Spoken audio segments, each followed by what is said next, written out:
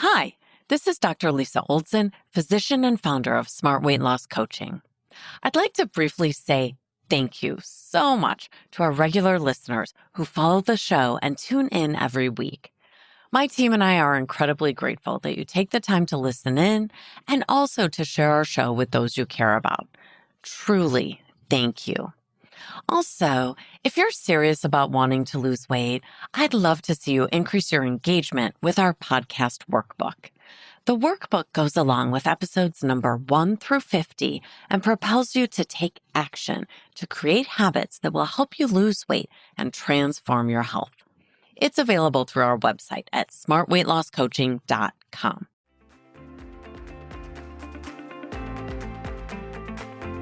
Welcome to the Smart Weight Loss Coaching Podcast. I'm Dr. Lisa Oldson, a board-certified weight loss medicine specialist and certified life coach.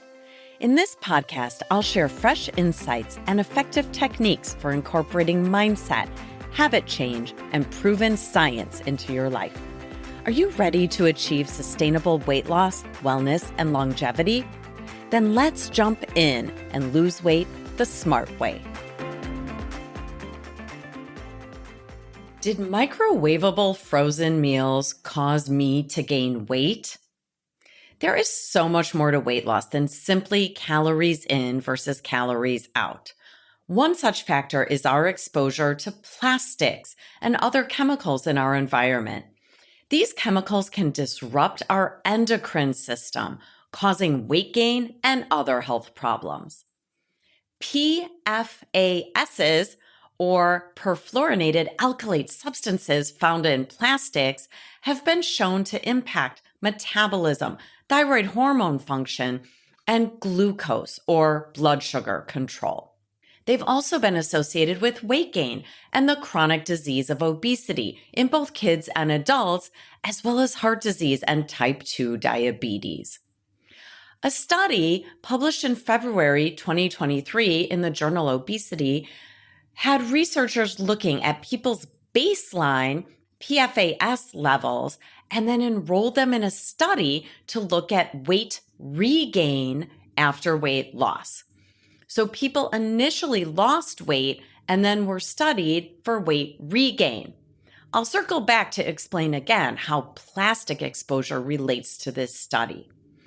In the beginning, everyone lost at least 8% of their weight in the initial phase of the study. Then people were randomized or assigned randomly to various diets to see which was better for weight maintenance and prevention of weight regain. On a side note, of the 5 diets that were studied, which all focused on protein levels, it was noted that higher protein and lower glycemic index foods were associated with less weight regain.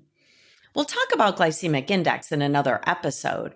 You can simply think of this as a higher protein and lower sugar diet being best for avoiding regain after weight loss in this particular study. So later, after the diet portion of the study was complete, a data analysis looked at baseline PFAS or plastic levels to see if there was any correlation between the amount of weight regain and these plastic levels. PFASs stay in the body for the long term. You may have heard them called forever chemicals. In fact, we did see that the older people in the study had more PFASs in their bloodstream than the younger people. Those with the highest PFAS levels had the highest risk of regaining the weight that they lost. High PFAS levels were the biggest predictor of weight regain, even more so than those assigned to the least successful weight maintenance diet. These results were most notable in older women who had more lifetime plastic exposures. It was noted that high PFAS or plastic exposure was linked to lower resting metabolic rate. In other words, the more plastic you've been exposed to, the slower your metabolism. So Here's the good news. There are things we can do to impact our exposure to these forever chemicals. Here are some examples. Certainly, we're just focused on avoiding future exposures. So limit your plastics in water bottles, receipts, which have BPA plastic in them.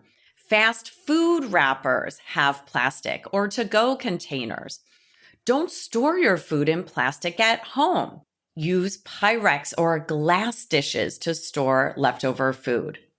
And if you are using Pyrex, don't fill it all the way up to the brim so your leftovers are touching the plastic lid. Drink out of glassware or stainless steel water bottles, not plastic cups or bottles, and not plastic-lined paper cups. Use filtered water. Otherwise, regular tap water does have a fair amount of plastic in it. And don't microwave your food in plastic, even containers that say they're microwave safe. When I think about all of the years I ate lean cuisine and other foods microwaved in plastic containers, ouch, I feel like that definitely contributed to some of my weight struggles in my younger adulthood. There's no value in dwelling on that previous plastic exposure, of course, but going forward, I'm finding other ways to make quick and convenient lunches that don't involve eating foods warmed up in plastic containers. Here are some less obvious sources of these forever chemical exposures. These chemicals are in our personal care products like makeup, shampoo, deodorant, nail polish, hair gel, soaps, and lotions. When I think about all the times I fell asleep with my makeup on when I was younger, I'm never doing that anymore. We also find plastic in the dust on our bookshelves. Are you regularly dusting or vacuuming your bookshelves? That's something I'm really going to be on top of.